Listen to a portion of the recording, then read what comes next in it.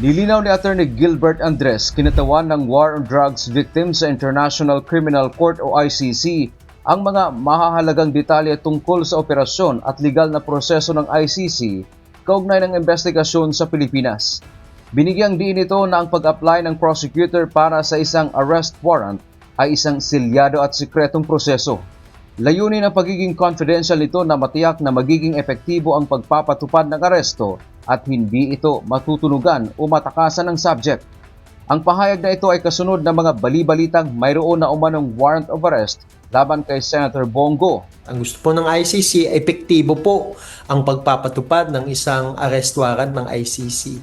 Kaya sekreto po ito, wala pong nakakaalam niyan unless po naipadala na po sa kinaukulang sangay ng gobyerno. At actually, mga biktima, ini-expect nila kung anumang ICC arrest warrant ang matanggap ng ating gobyerno, sana po efficient, effective po nilang ipatupad po ito at wag na po itong isiwalat sa publiko kung hindi naman po makakatulong. Kaugnay nito, pinabulaanan din ni Attorney Andres ang kumakalat na balita na ipinag-utos umano ng ICC na i-freeze ang mga bank account ni dating Pangulong Rodrigo Duterte. Giit ng abogado, wala itong katotohanan at pawang fake news lamang. Paliwanag nito, batay sa submission ng kampo ng dating Pangulo, ang trial chamber ay nagpapahintulot lamang na i-freeze ang anumang perang nakuha mula kay FPRRD noong siya ay arestuhin at hindi dito kasama ang kanyang bank account. Inutusan din ang registry na gumawa ng inventory o listahan ng mga gamit na nakuha mula sa kanya para sa proteksyon at preservation ng ebidensya.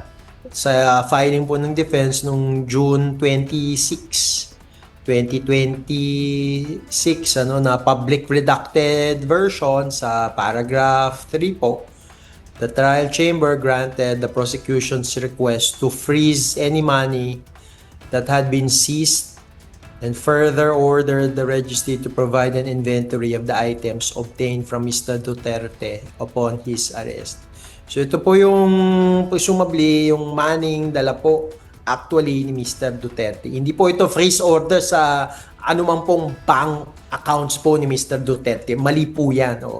Dagdag pa nito, ang ICC registry ay nagsisilbing neutral na organ na nangangalaga sa mga detainee at kanilang mga gamit upang matiyak ang maayos at patas na proseso.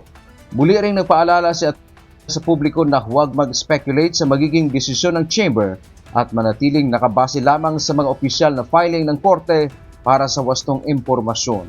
Dante Amento, UNTV, News and Rescue. Diyos ang aming sandigan, serbisyo publiko ang aming pinahahalagahan.